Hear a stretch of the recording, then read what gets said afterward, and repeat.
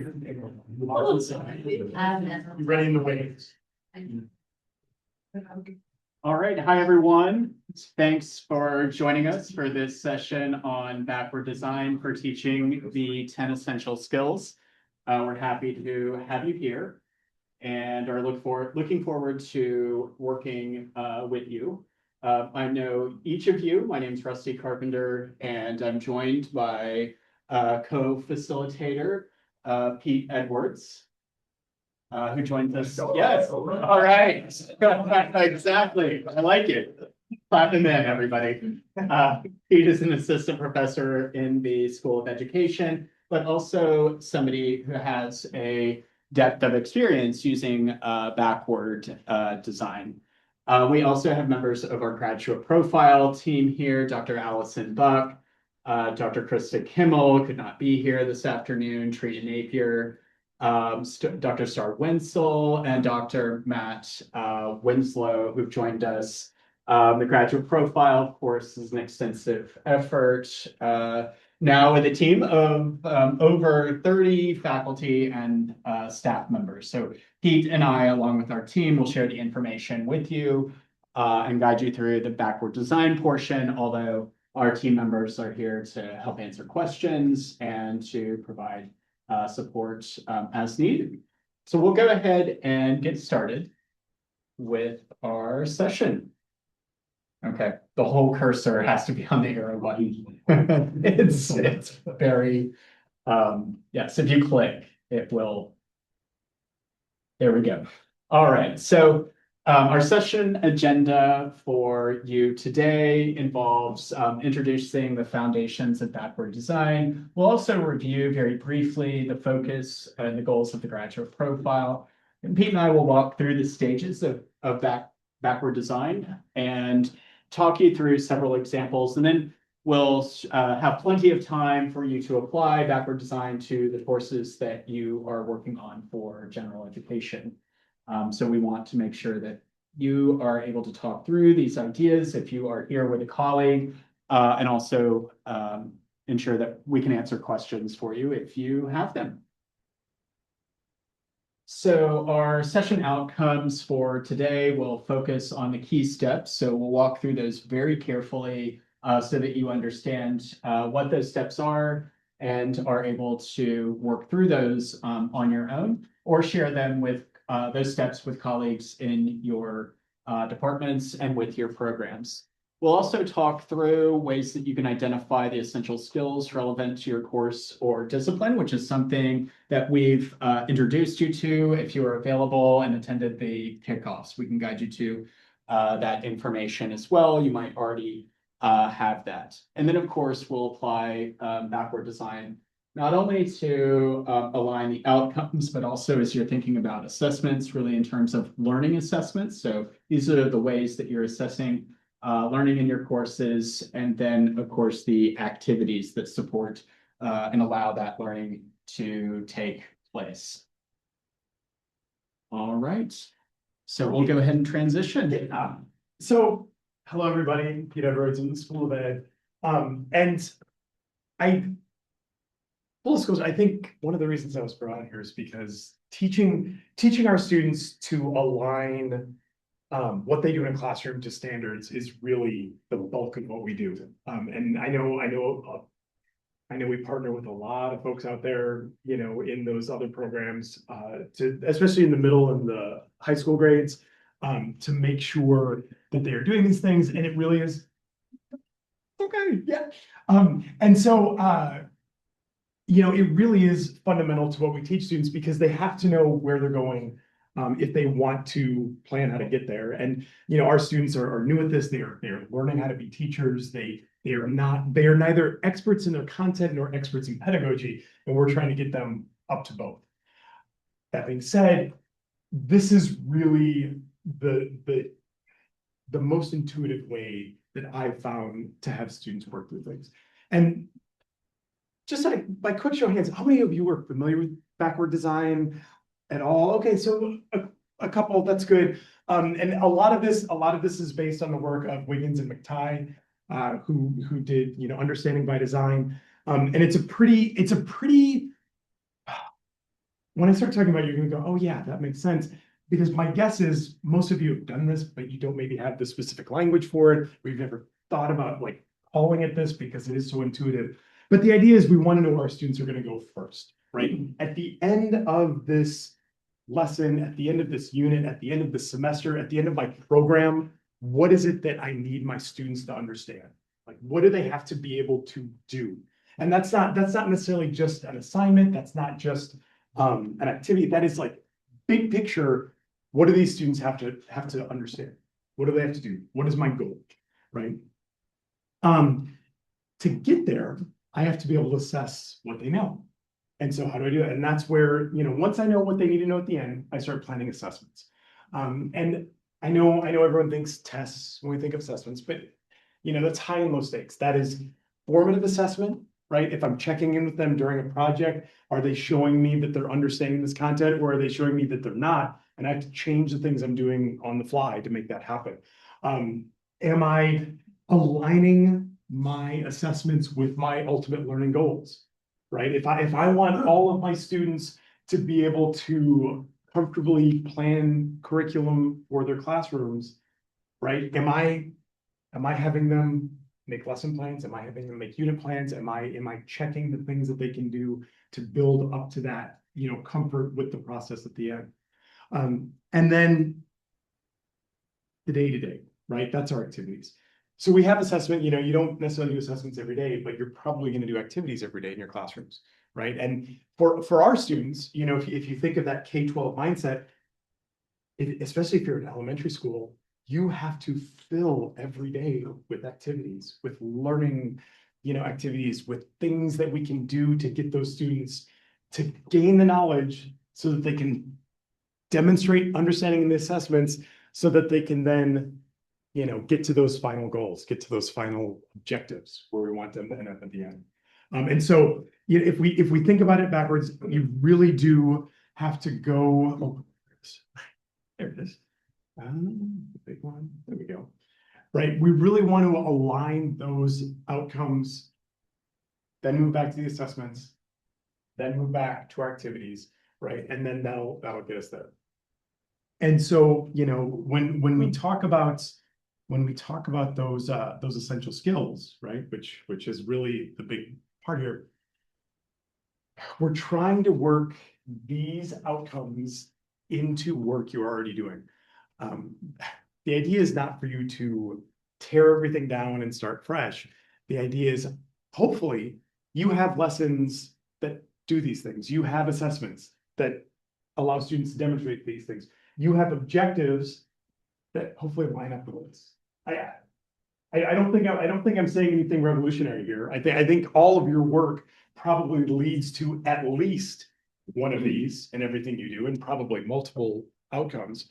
And so I'm not trying to scare you. I'm not trying to say, oh, you've got to do all this stuff. It's really, what are you doing that is going to align with these essential skills? And that's what we're here today to do today.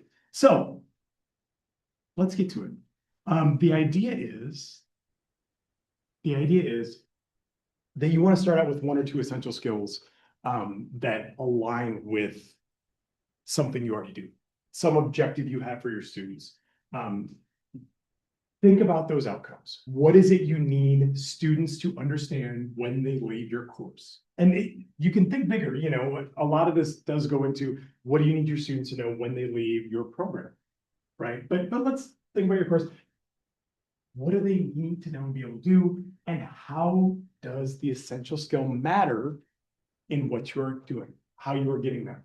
I know, for our students, and I'm gonna click back just as a little example here. We eventually get to all of this, right? Of course. But if I'm talking to my elementary students, my elementary ed students, and saying, collaboration and teamwork, they're like, well, I'm in a classroom alone. That's not important. I'm like, well, okay, but you're probably one of two or maybe three third grade teachers. You don't think you're gonna have to work with those other folks and align what you're doing curriculum wise? Of course. You don't think you're gonna have to work with the principal. You don't think you're gonna have to know what they learn in second grade and then what they're supposed to know in fourth grade so that you can align what you're doing in that, in that progression. And so all of those things come into play. And so what you all want to do today, or what we want you to do, and hopefully you want to also, is, think about how those essential skills are going to fit into what you do in the classroom, what you want your students to know at the end, what those goals are. And there's a wonderful, wonderful design tool up here, and you can access it with the QR code, which I'm gonna make sure everyone's, oh. Does everyone, are you getting access to it? I see all the phones going up, so that's a good sign. I know it's like. I'm gonna give you a second to. We said Bulldog, right? Yes. Yeah. All right. So. So once you have access to the doc, because most people are sitting in a group, hopefully with someone near their discipline, or hopefully in the department, or whatever. I'm gonna give you, let's see, and this is a teacher. We're gonna go 3 minutes, 3:15 now. Well, let's see, it's almost 3:16. We go to 3:19. All right, I want you to talk with the folks at your table and think about what is it that you really want your students to know at the end of the thing that we're redesigning today, whether that's a unit, whether that's bigger, whether that's just a lesson. Think about what it is that you are looking for from your students. And see, now it's 3:16, perfect. 3 minutes, go, talk to your folks. And if you're sitting alone, like, across the table, because I'm talking to them, it's, hey, I like it. No, I don't mind. It's nice to see.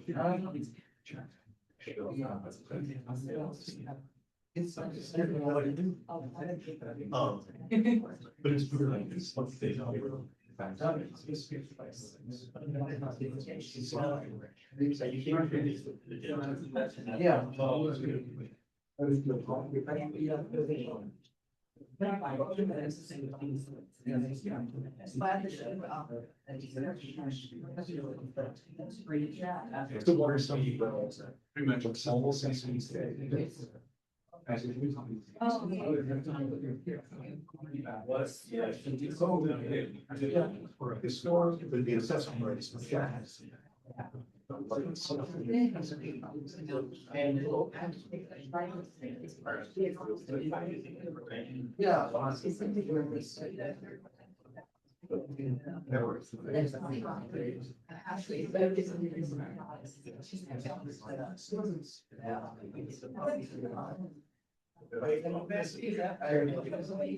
One minute, folks, 1 minute.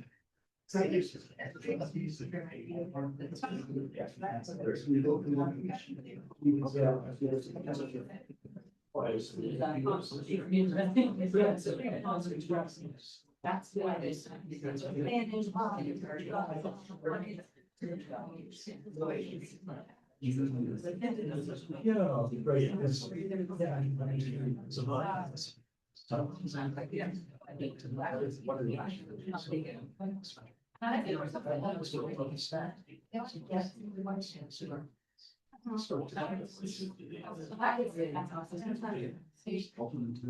Okay, so I know you're all, I don't want to stop you from talking, but I want you to have time at the end to talk more with each other. So I'm gonna ask real quick, does anyone want to share an objective that pairs really well with an essential skill? Anyone have like an example where like these two go together? No, are we all feeling bashful on Tuesday afternoon? Oh, yes, please. Communication, right? You have to be that, so our skill should be that And then one of our objectives says demonstrate understanding of the course structure and communication tools through participation in an introductory session. So I think it aligns with that. And then the decision making, because we also have that skill. When they have to create a personal profile in Spanish, Okay. they have to make decisions. Well, sure. Based on the content that they have learned. Yes, I don't know if you want to say, but that's what we found. That's fantastic. Yeah, and that, now, I'm gonna put you on the spot since you raised your It's hand. okay. I'm sorry. But that's a pretty natural pairing, Yeah, right? Well, Yeah. not pairing, but putting, combination. It's not like you looked up here and you're like, well, there's nothing for us.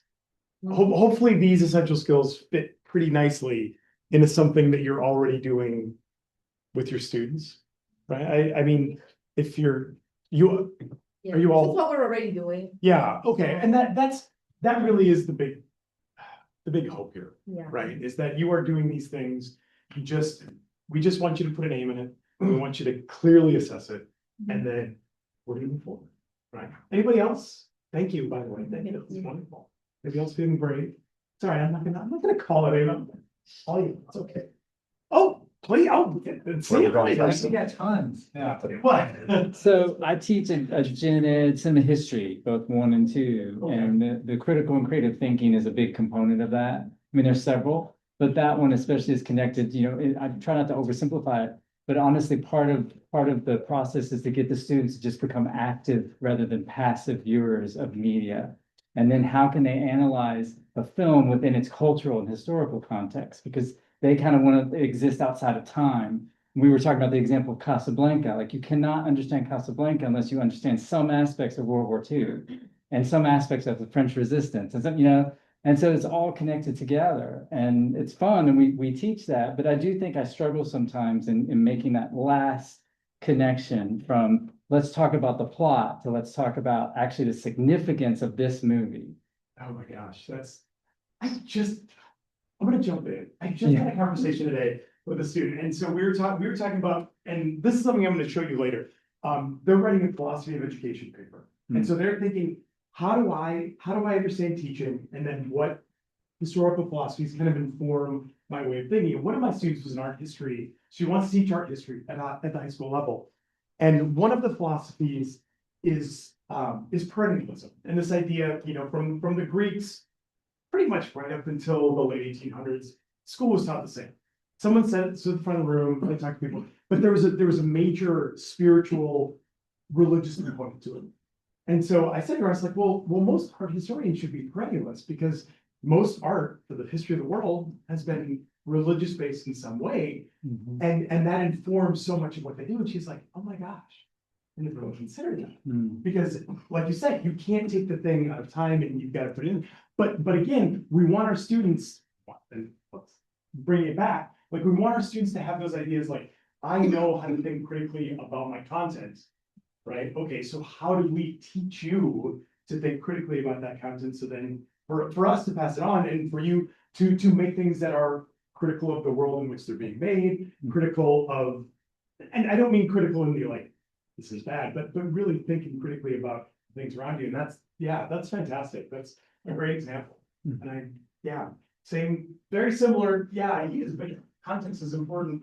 And if you can bring that in to the critical creative, that's fantastic. Yeah, I'm sorry.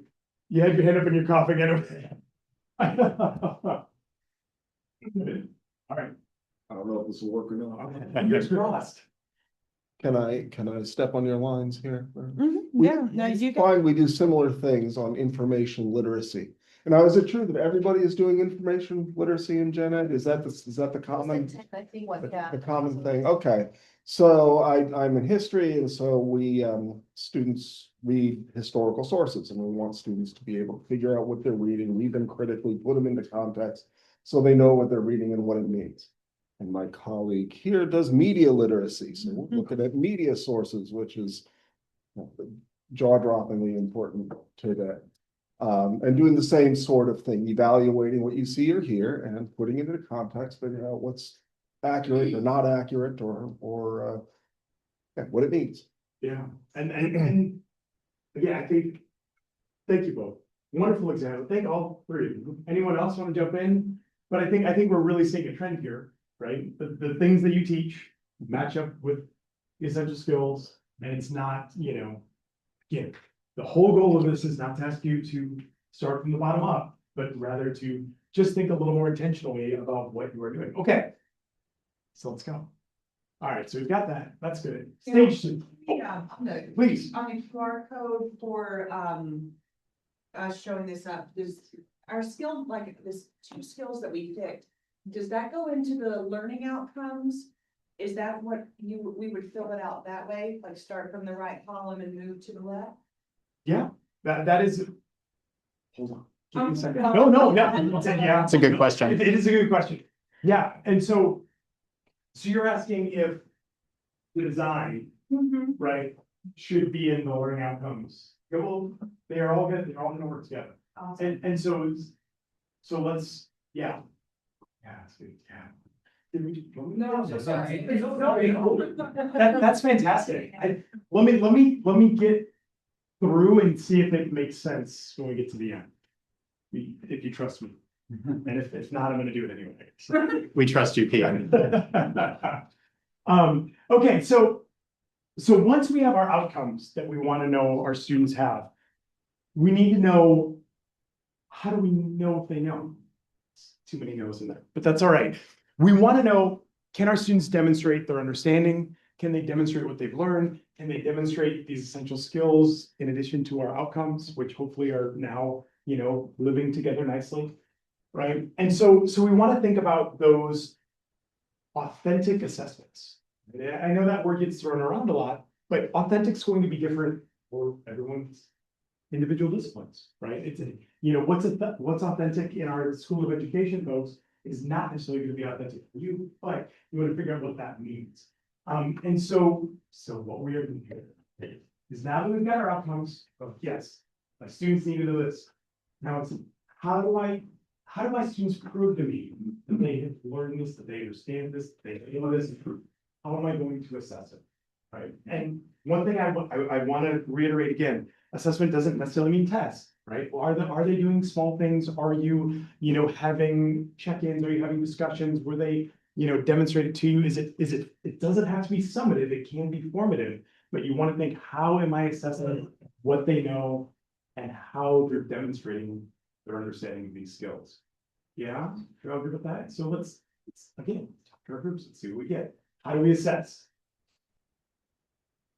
This is harder. Oh. Ooh. We just.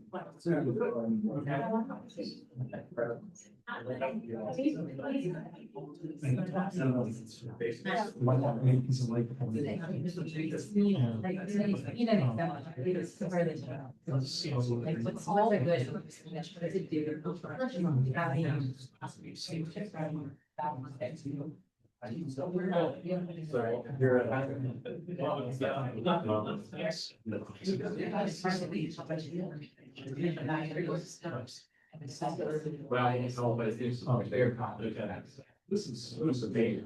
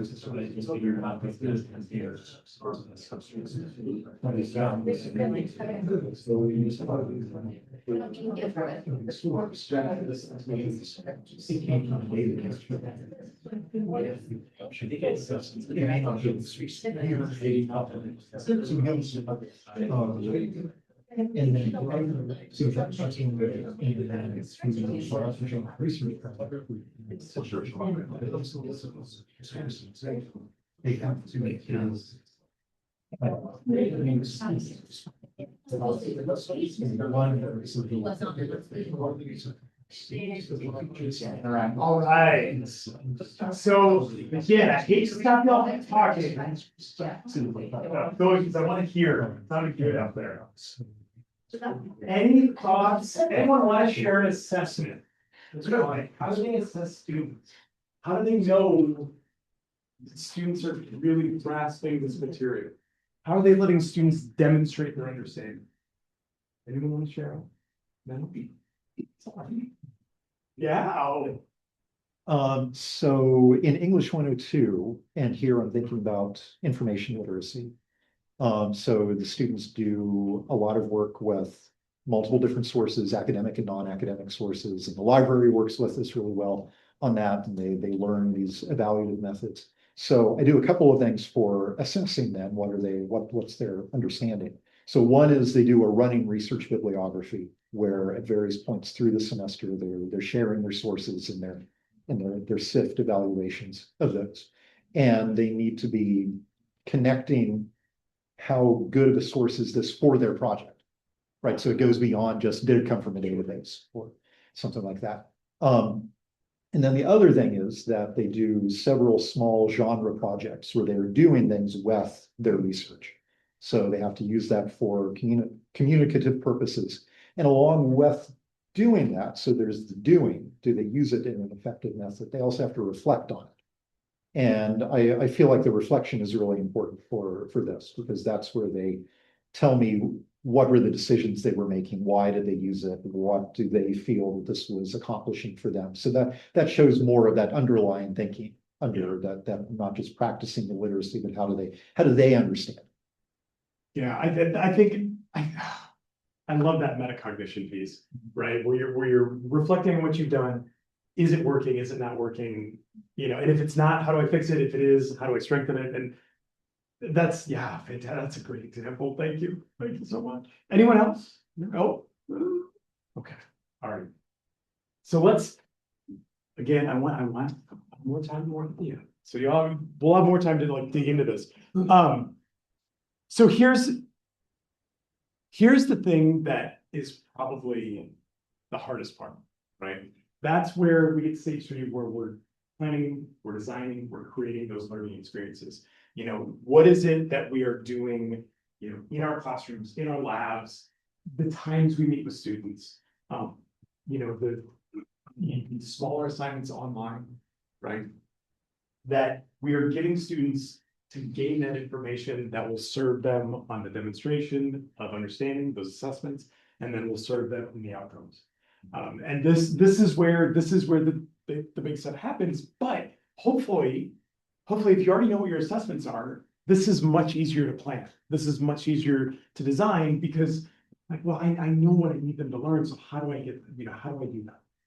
And so when we start talking about this, and I may show you my example and go back to this. I think I'm gonna pull an auto here with Rusty. I hope that's okay.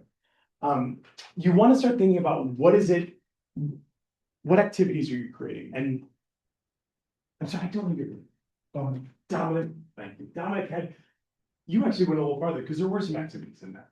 You know, when you talk about students working in class and putting these things together, and the small assignments that build to the larger assignments. I think that's part of it. So I'm gonna do this. I'm gonna skip ahead.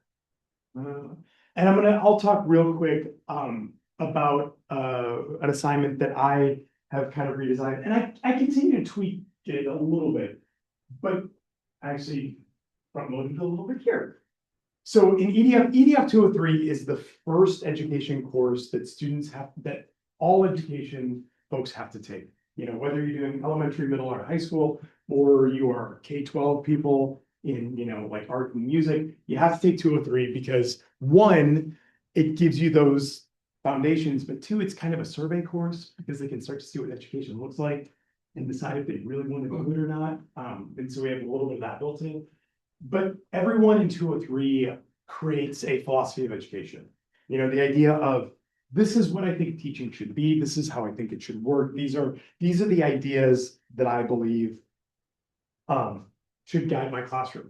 Now, they'll change throughout their careers, but this gets them started thinking that way, making that transition from a student to a teacher, because they've all been in schools for 13 years, but they've never thought about it from the other side. Well, most of them have not thought about it from the other side.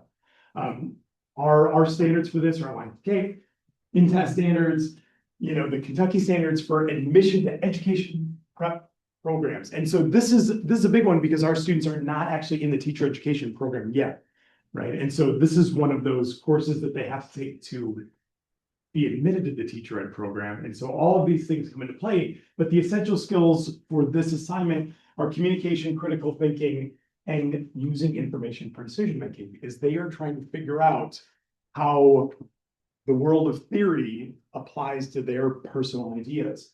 And so when I do this, it looks like this, right? This is my backwards design for this assignment. Students need to be able to clearly articulate their philosophy of education, but it's got to be grounded in foundational theories. We don't want them just saying, yeah, kids should have fun and do lots of cool stuff, and that's fantastic. And you know, I know that because I think it. That's not good enough, right? They've got to have that foundation so they can say, well, this is why this works. This is why we do these things in my classroom, right? Ideally, it will inform how they think about education throughout the entire teacher ed program. And then beyond, once they leave us, hopefully it'll continue to inform their teaching as a teacher out in the world. But we want them to really understand where their idea of the classroom comes from. So that's our outcome, right? That's our objective. That's the main goal. So then how do we do that? The philosophy education essay is the big assessment that I use for that, right? So I create that. The rubric is super important here, right? Their essays have to be grounded in theory. They have to be personal. It has to. I often, this is my, you know, fight against AI for this. AI can't tell you how you should run your classroom. You have to decide that from how you believe it should work. And it's got to be authentic. It's got to be your voice in there. It's got to be relevant to what they're teaching. You know, the philosophies of education for my K-5 folks are going to be different from my secondary folks. They're also going to be different in different disciplines. We had a conversation today about how music teachers are much more like coaches than they are like art teachers, because they're trying to get everyone lined up and doing the right thing at the right time. And then it's got to be actionable. How do I use this in my classroom going forward? How do I use this in my clinical observations? How do I use it in student teaching? Right. And so we want this to be, once I've got my assessment, okay, I know this is what I need from you folks. I move back to learning activities, right? They start out, they do a group presentation on the 5 fundamental educational theories that we talk about in class. So everyone can see, so they can break it down. They talk about who are the major components, who is it for, what is the student's role, what is the teacher's role. They also talk about what are examples I have seen in my educational experience, right? Because they've all been students, but now they've got to start thinking, well, I saw it looked like this when I was a student. Is it going to look the same when I'm a teacher, right? We discuss it in class, right? You know, when they observe at model, you know, the things they see at model are the same things that they experience. How do both of those things inform how they think the classroom should run, right? The other thing that is a big learning activity is they all have to submit their papers to the Noel Studio. Part of that is because most of my folks in 203 are freshmen. We get a couple sophomores, and so they're new to writing at the college level. They maybe have some, you know, bad habits to get rid of. I'm sure you don't see that in your classes. You're much better at it than I am. But our students do, and so they go to the Noel Studio, and then it hopefully gives them a guide down the road as they keep writing, as they keep putting these things together, knowing where that resource is, getting them out in the university. Okay, so this is all to show you kind of how I did it in my course. Because you all, now if I go back, you all want to start thinking about those activities. What is it that you are thinking about activity-wise, experience-wise, even lecture-wise? You know, whatever it happens to be, however you deliver content to students is going to be very specific to you, right? It is, you know, your authentic mode of instruction. But transparency, right? Purpose, task, criteria. Are you telling students what you want them to learn? What are their outcomes at the end? Are you, you know, letting your students know, well, what are the assessments? What is this leading up to? Right? Because students, they like to know, is this going to be on the test? I don't know if everyone's ever heard that every once in a while, right? Am I going to get graded on this? You know, you want them to know, why are we doing these things? You know, why is this essential skill being worked in? Is this something that you're going to need in this field later on? You know, our students, you are going to have to communicate with people. You're going to have to think on your feet. You are going to have to do all of these things, right, that line up with the essential skills, right? So as we start looking at this, can we start looking at, you know, what is an experience? What is a activity? What is something you can do in class that is going to feed into your assessments that then is going to feed into your outcomes? You talk, you know? Yeah, all right, go. Plan, design, make something.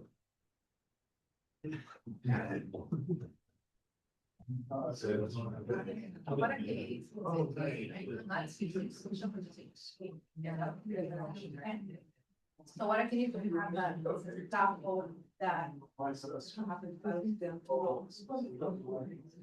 Okay. Where is it? No, it's the question. Yeah, yeah. Do you remember anything? No. You know, of course.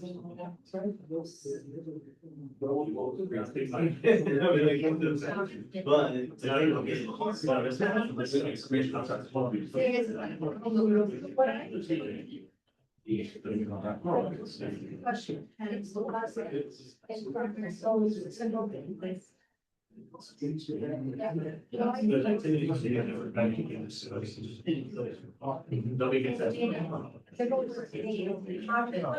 Well, no.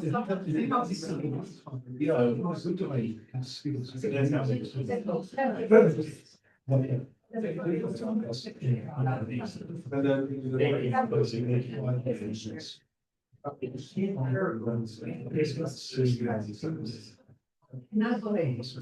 That is sure that it's.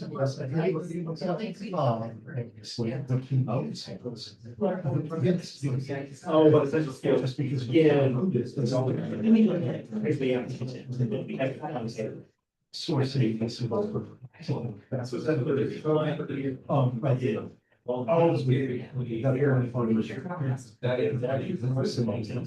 Yeah. They pass it through the codes, they have to clear the box. What are the options? So basically that. This much. I don't know else they thought about it. That's something was. That's a big provide, but I'm that one. Something. It goes like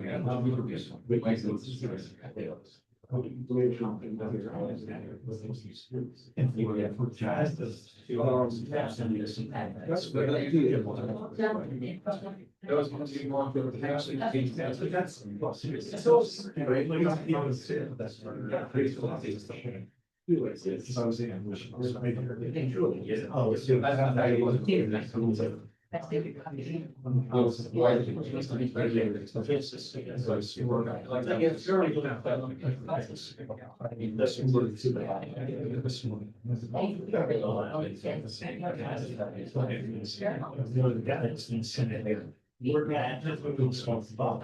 So there was a big sort of required on managing. Like I know it,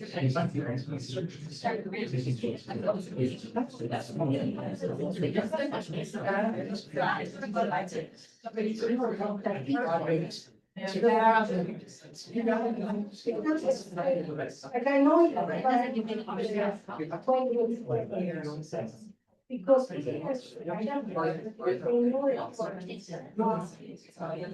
Yeah, and you're.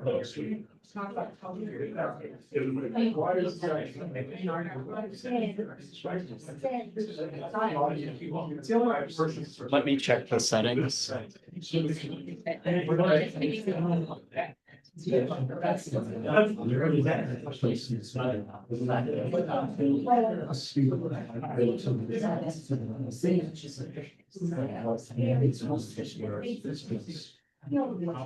no clear season. Six. All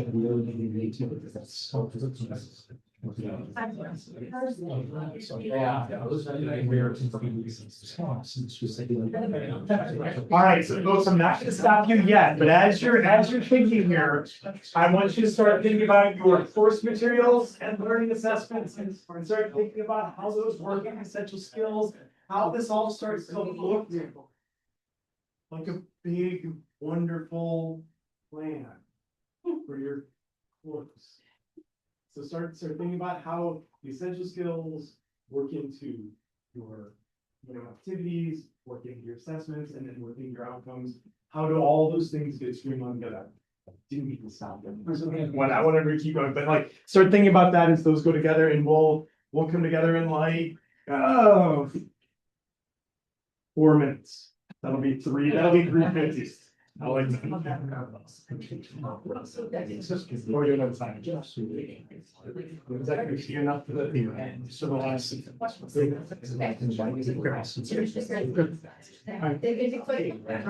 It seems clean the text, so I don't. Then, but it is an example, not a person, it is an example of. And then later they. But it's not. No, we're gonna make them. With the one.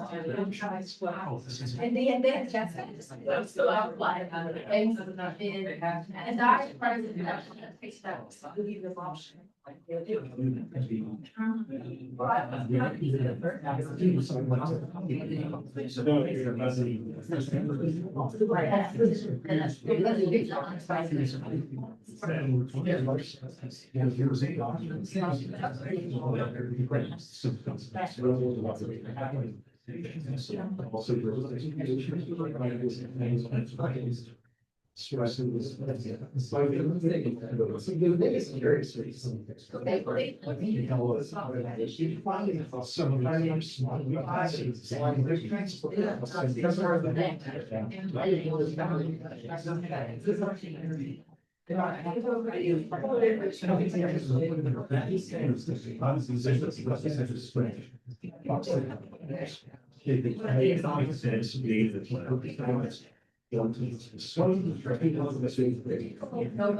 We made it. Yeah, but yeah, I just did.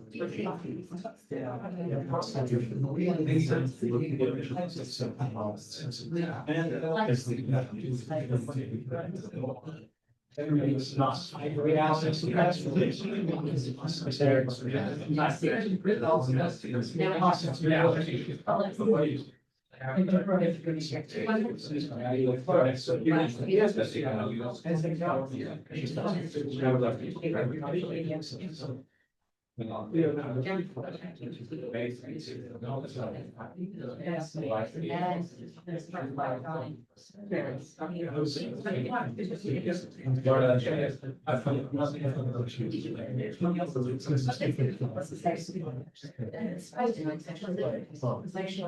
that stays the same. So what I'm watching you based.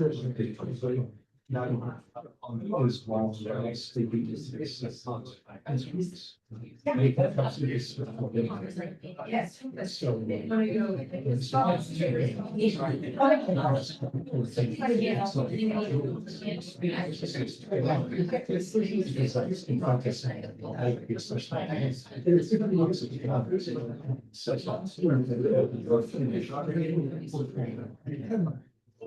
so it's just saying.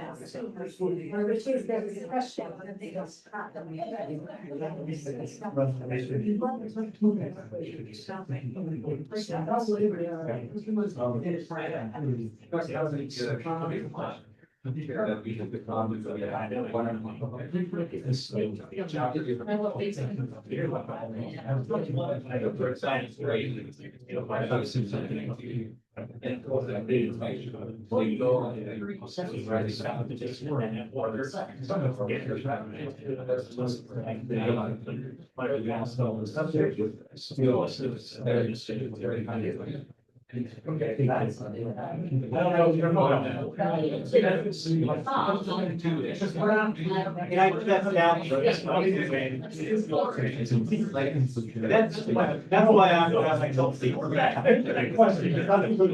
I don't know that I can answer this about. So yeah, that's a good one. All right, so, no, I'm a little going past my time. Okay, folks, so. Yeah, right. Let me bring everybody back. And just as kind of a general temperature taking, how many folks feel like they have at least kind of one outcome and one assessment and hopefully a couple activities that are all going to kind of integrate this essential skill pretty well? You feel like, yeah, like we're feeling good about it. Like that really is the goal today. And that was the big goal about having you have time to work instead of me standing here and talking about backwards design for 30 minutes because no one wants that. But the idea is that you're taking, this process, which is backwards design, you're taking this essential skill that is, coming in, the essential skills, and then marrying all of that to hopefully curriculum that you already have, ideas that you already have, things that you already teach, nothing that is totally outside your experience. At least that was the goal. So I'm seeing like nodding heads, and that's a good sign. Even if you're lying to me, I appreciate you. But that's kind of where we are. And so at this point, I'm gonna turn over to Rusty, although We had a really good question over here. There's a rusty question and not a Oh, Pete okay. question. It's a little off top. Okay. Do you want to try to work through that now or hang a little What do bit you think? after? Is it relevant or should we? I think you probably have a quick overview for it, but Okay. it's a deeper. So I'm chair of our program committee. And I know that like eventually these 10 skills will be embedded in all the programs too, not just the gen ed. So my question is, if we want to look for mastery of those skills by the time they end a program, where should we be testing? Should those 10 be scattered throughout the whole program, or should they be at those kind of 300 and 400 level courses? At the mastery level? Yeah, well, when we submit reports, we're only kind of testing once, right? This is Or are we actually- multiple testing? This is a very timely question, Oh, okay. and Allison and I were just talking about this. The timing is truly perfect. Oh, it is. Yes, it is really, it's perfect. So our thinking on this is evolving, and part of that is in response to what we're hearing from CPE. Right now, what we're thinking is going to be to make sense, make this manageable, make this a light lift, is to assess benchmark level in GSD. That is where our first year students come in. It makes sense to touch the benchmark level there. Milestone and essential education. We have freshmen, sophomores, juniors, sometimes even seniors taking essential education courses, general education courses, and then the capstone level just makes sense in the programs. So that mastery, that expert level, that capstone level makes sense where they would take capstone courses or have capstone experiences. Okay, so at the gen ed level, like our program would only have two skills, like our discipline only has 2 skills. Right. And so you would use the other gen ed courses as kind of a touchstone for that student. Yes, they will have had all 10 skills. If they go through the gen ed program, they get all 10. And then you went all 10. Yeah. That is what we're currently hearing. Can you explain that again? Capstone class, we have a capstone class in history, and you want that capstone class to contain all 10 of these essential skills? Or you want in every major level class, somewhere within those 10 history classes that history makers later, to have within them those 10 essential skills, beyond the gen ed, so they're getting it twice, in gen ed and then in the program. That's currently, that matches what we're currently hearing, is that all 10 are going to be in the programs, and that it would be, yes. It doesn't have to be, we're not going to do 10 skills in one course unless CP We're gonna be doing a quantitative in courses. history, we're gonna do statistics, if you have to have a class or some program or something about using statistics in historical evaluation somewhere in there. There's still conversation about that happening, You do that. Yeah. right? Yeah.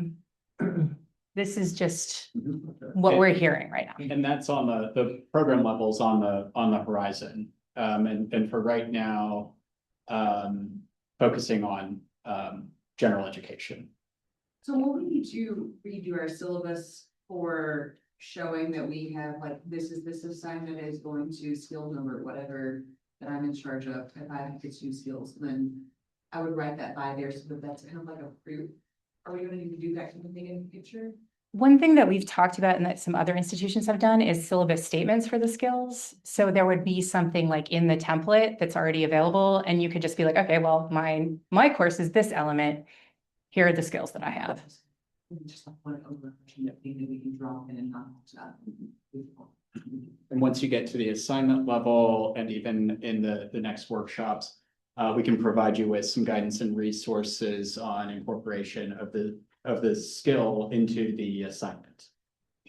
Yes, yes, These are and good making that questions. visible and explicit, yeah. So, and that's for the assessments that we are bringing in, that's how we're making that happen, right? Yes. And is this going into effect this semester, or is that coming into effect fall? Fall. Okay, beautiful, all right. Having to do that time. I like to see the end first. There it is. Yeah, we did it. You have comfort, Yes. yes. We did it. Those are great. Yeah, just, I guess, if our department is say, doing skill training, because everyone does that, right? Do you want that then at two places, like once at that gen ed and then once up in the program? If you have a gen ed course. Yes, you want skill time there, and then, yes, we And want then, skill and then time. again in the program? Yeah, All right, gotcha. but not everybody has a gen ed and it's okay. Right. Okay. All right, these are actually good questions that set up the next workshops, which are happening later this month. Focus on alignment, between the 10 essential skills and designing those learning assessments. So we'd encourage you to continue the conversation, bring your materials back to this session, which is when we'll go into a deeper focus on the learning assessments. We'll also send the information out via email. Matt will be hosting a pathway session coming up Thursday later this week. Absolutely, right here, tell all your faculty, all your friends to come and find out about what pathway courses are. We love backwards design. Absolutely. Thanks, Matt. And we do have a number of resources that you can use. We'll share these out with you, but these are resources that you can take back with you into your departments and continue to share them with your colleagues as you move forward in the conversation. So we'll share this out with you via email as well. And we have backward design and essential skill resources here. Several faculty members have requested a copy of Understanding by Design, which is where backward design is largely drawn from. We are working with the graduate profile team to order some paper copies if you are interested in those, but Understanding by Design is also available through EKU libraries. That gives you some depth in the history and kind of the background of backward design as well.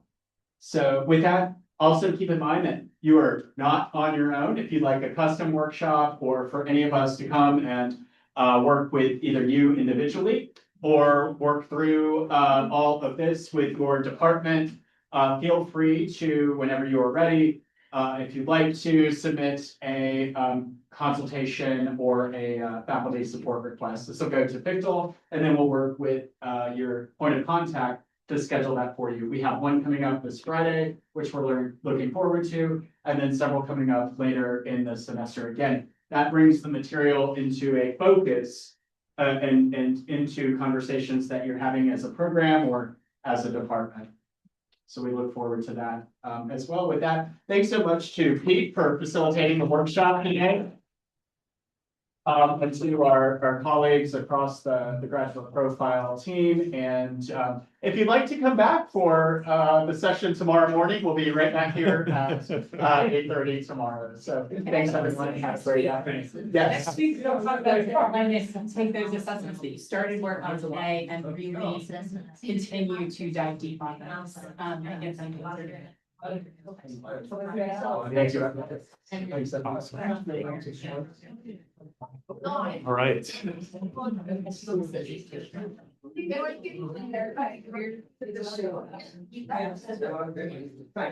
Great job, Pete. Yeah, thank you. It's a pretty well-timed question at the end. Yeah. That's why I held it. It wasn't. It's, Well done. it is a great question.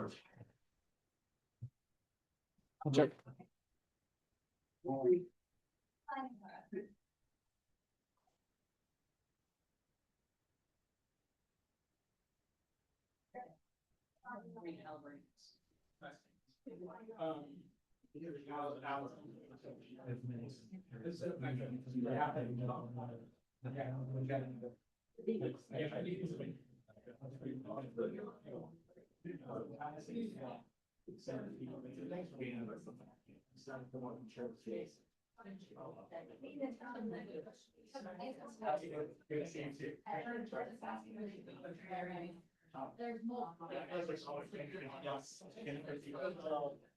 So, I know in some of the previous sessions that I've been in, we've had that list that we'll put together that has which essential skills for the assessments, right, which ones are being attached to which gen eds. Where can we see that list again? Chuck, just asked, I think asked the same question. It's basically the comprehensive spreadsheet of where everything is now. Right. Allison, let me talk with Allison to confirm, so you get the right file. Okay, And because I had one, because I was in late last fall, we have a group in here, access to this. Yeah. Having trouble. Having opened all the shared documents. Yeah, when I look back, I'm sure it's in the kickoff, folder, but we'll email it to you as well, so you have access to this spreadsheet. So I've been finding in my class, weeks ago when I was looking for an email. It'll be a.